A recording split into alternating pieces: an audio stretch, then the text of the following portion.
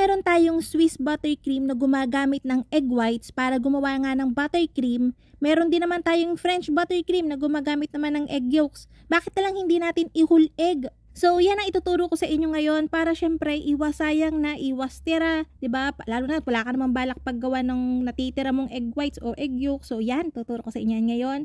Stable to and syempre masarap. Kayang-kaya nyo itong gawin pero syempre medyo matagal yung pag-mix niya. So dito, meron akong dalawang medium size to large size na itlog. Yung timbang nito kapag may shell is 128 yung dalawang piraso. So nasa 64 to 65 grams each yung itlog na may shell. So yan, ibabasagin lang natin yan dito sa bowl. Lalagyan natin yan ng 1 cup ng white sugar, haluin. Yung sugar natin pwede nyong i-less kung ayaw nyo ng matamis. Hindi naman to katamisan, sakto lang to. Pero kung gusto nyo ng less ng sugar, kaya pa to ng 3/4 cup. Pag bababa pa doon, hindi na pwede. Naglagay din ako dito ng pinch of salt and then haluin lang natin yan ng bahagya. So dito naman, next step, meron tayo ditong simmering water, soft boil na water. Ipapatong natin yan dito sa ating kumukulo. Huwag nyong taasan yung tubig para hindi mag-touch dun sa bowl and then dire-diretso yung halo. Sa paggawa nito, hindi naman ako nagte-thermometer May palatandaan naman siya kung paano nyo malalaman na okay na. Tatagal lang to ng mga nasa 3 minutes, 3 to less than 3 minutes. Tapos every now and then, i-scrape ko yung bowl. Dapat dire-diretso yung halo nito ha, kasi magkakaroon kayo ng ulam na matamis na itlog kapag pinabayaan nyo yan. So, dire-diretso lang dapat yung halo. And yung usok nun, hinaan nyo na yung apoy kapag pinatong nyo na tong bowl. Yung usok na lang, yung steam na lang nung mainit na tubig natin, yung magluluto dito. So, isa sa palatandaan na magiging okay na to, kapag nakikita nyo lumalabnaw na yung itlog and sugar mixture natin. And isa pa, medyo nagiging glossy na yung itsura niya.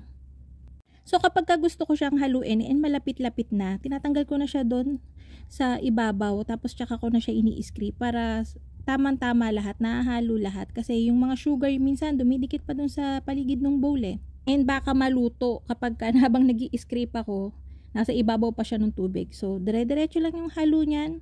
And kapag gusto ko na siyang i-test, pag malapit na sa tingin ko, kinakapa ko yung mixture. Ganito, yan. Kapag wala ng aligas-gas, okay na yon. Pero pagka meron pa kang nakakapa ng kaunti, so continue lang. Tatagal nga ito ng mga nasa 3 minutes less. Yun. Tapos pag okay na yan, isasaling ko na yan dito sa bowl. Yung mga metal na mixing bowl nyo, pwede nyo naman yung yun na yung ipatong nyo doon sa double boiler. Kaya lang, tatagal kasing lumamig yung bowl Kaya ang mas gusto ko ng different bowl yung gamit. So, pagkasalang ko yan, sineset ko na kagad yung setting ng ng mixer natin to 8 or 10 maxim kagad. At para may idea kayo kung gaano ko siya katagal i-mix, pinabayaan ko siyang mag-mix dito nga mataas na settings. Yan, nag-timer ako, stopwatch. 8 minutes yung tinagal niyan. Tapos, after nun, ganyan magiging itsura niyan. Medyo nag-volume na siya and maputi na. Dito, pwede na tayong mag-add ng ating 1 cup na butter. Cold butter yung ginagamit ko. Unsalted din. Kaya napansin nyo, naglagay tayo ng konting salt kanina. So, ayan. Paunti-unti ko siyang nilalagay.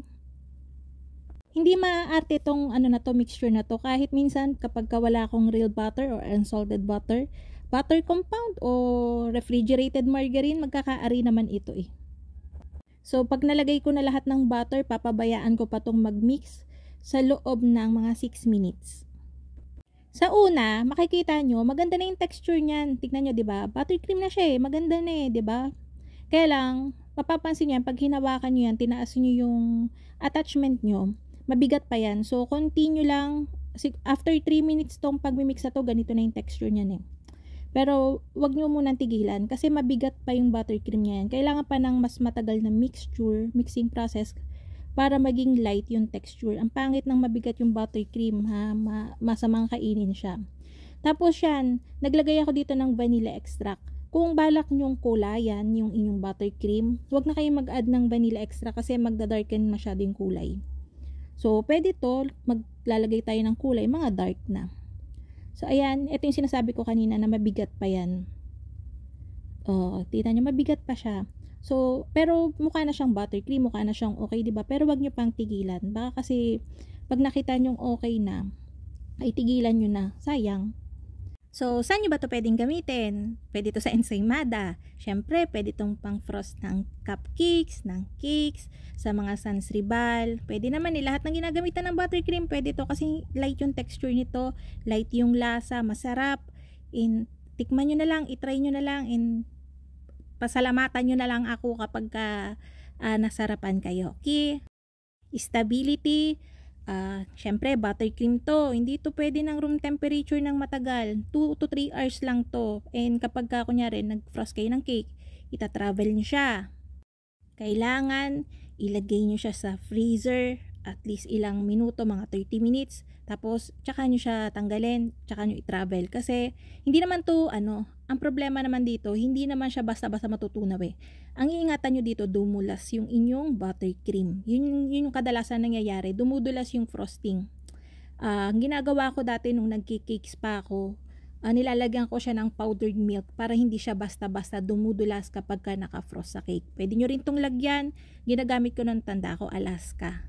Kasi hindi siya mag-granules, glossy pa rin yung itsura ng buttercream natin, hindi siya mukhang maaligasgas. So yun, pwede nyo rin gawin yun. So ayan, gumamit ako dito ng red velvet na emulko para may flavor na siya in kulay. Mas madaling gamitin yung syempre yung Magic Whisk, diba, kapag pang frost. Pero pagka naghahanap kayo ng buttercream na mas mura, kasi whole egg na nga, pwede nyo rin tong gamitin. Pwede rin kayo mag-add dito ng Magic Whisk kung gusto nyo mas stable siya, mas tumagal siya sa room temperature. Kasi nga, ito, nasa 2 to 3 hours lang to.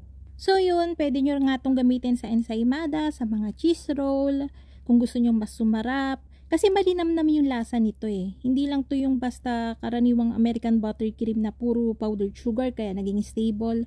Ito, saktong-sakto lang yung tamis niya, malinamnam. Depende syempre sa butter na gagamitin nyo. Pero again, yung texture nito kahit refrigerated margarine o butter compound yung gamit nyo, kaya nyo itong i-achieve.